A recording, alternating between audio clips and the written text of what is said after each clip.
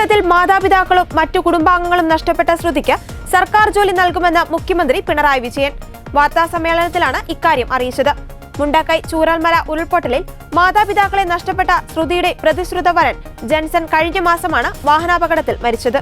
ഉരുൾപൊട്ടലിൽ അച്ഛനും അമ്മയും ഉൾപ്പെടെയുള്ള കുടുംബാംഗങ്ങളെ നഷ്ടപ്പെട്ടതിന്റെ വേദനയിൽ കഴിയുന്നതിനിടെയാണ് ശ്രുതിയുടെയും ജെൻസന്റെയും ജീവിതത്തിൽ ദുരന്തം വാഹനാപകടത്തിന്റെ രൂപത്തിലെത്തിയത്. ചൂരൽമലയിലെ സ്കൂൾ റോഡിലായിരുന്നു ശ്രുതിയുടെ വീട്. അച്ഛൻ ശിവണ്ണനെയും അമ്മ സബിതയെയും അനിയത്തി ശ്രേയയെയും ഉരുൾപൊട്ടലെടുത്തു. ഉരുൾപൊട്ടലിൽ ദുരന്തത്തിനു ശേഷം പ്രതിസുതവരൻ ജെൻസനാണ് ശ്രുതിക്ക് താങ്ങും തണലുമായി കൂടെ നിന്നത്. ഡിസംബറിലായിരുന്നു ഇരുവരുടെയും വിവാഹം നടത്താൻ നിശ്ചയിച്ചിരുന്നത്. ശിവണ്ണയുടെ സഹോദരൻ സിദ്ധരാജിന്റെയും ദിവ്യയുടെയും മകളാണ് ലാവണ്യ. ഉരുൾപൊട്ടലിൽ മാതാപിതാക്കളെയും സഹോദരൻ ലക്ഷിത് കൃഷ്ണയെയും ലാവണ്യക്ക് നഷ്ടമായി. ശ്രുതി ജോലിയുമായി കോഴിക്കോട്ടും ലാവണ്യ പഠനത്തിനായി നവോദയ സ്കൂളിലുമായതിനാലാണ് ദുരന്തത്തിൽ നിന്ന് രക്ഷപ്പെട്ടത്. സെപ്റ്റംബർ 10-നായിരുന്നു ശ്രുതിയും പ്രതിസുതവരൻ ജെൻസനും അടക്കമുള്ളവർ സഞ്ചരിച്ച വാഹനം അപകടത്തിൽപ്പെട്ടത്. കോഴിക്കോട് കൊല്ലകൽ ദേശീയപാതയിൽ വെള്ളാരം കുന്നിന് സമീപമായിരുന്നു അപകടം.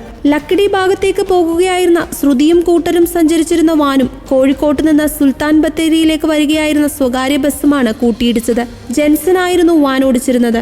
അപകടത്തെ തുടർന്ന് വാനിൽ കുടുങ്ങിയവരെ കൽപ്പറ്റയിൽ നിന്നെത്തിയ അഗ്നിരക്ഷാസേനയും നാട്ടുകാരും ചേർന്ന് വാൻ വെട്ടിപ്പൊളിച്ചാണ് പുറത്തെടുത്തത്. അപകടത്തിൽ ജെൻസന്റെ തലയ്ക്കും ശ്രുതിയുടെ കാലിനുമാണ് പരിക്കേറ്റത്.